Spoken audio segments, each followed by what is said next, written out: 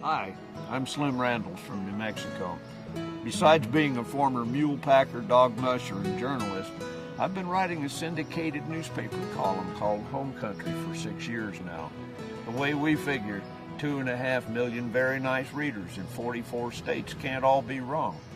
What you're about to see is the video version of Home Country. Thank you for watching.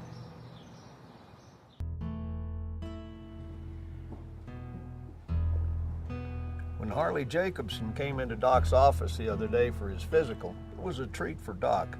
Harley's a farmer, 24/7 farmer. It said old Harley can make hair grow on a bald head and wheat grow on rocks.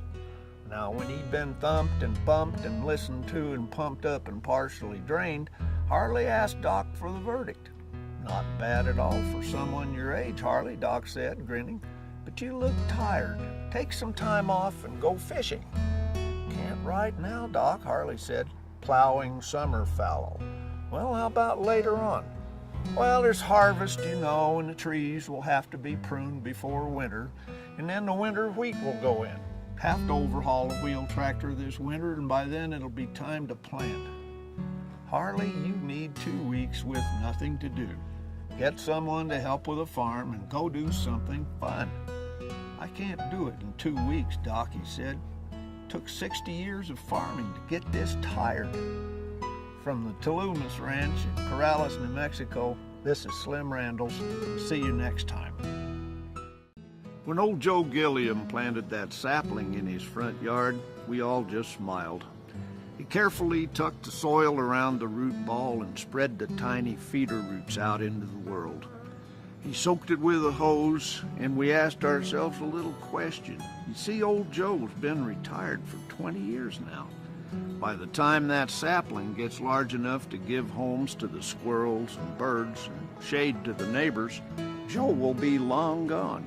Now, Joe may not see it when it's a tree, but planting that sapling is an affirmation of faith in the future. It is a gift to those yet unborn.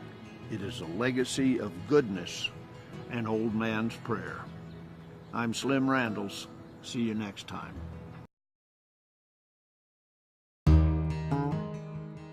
This is a catalog time of year, a time for making plans and figuring out how to do something even better than before. The Housewares catalog has all kinds of things to help us peel and boil and slice and clean. A few minutes on their 800 phone line, and before you know it, our food will taste better.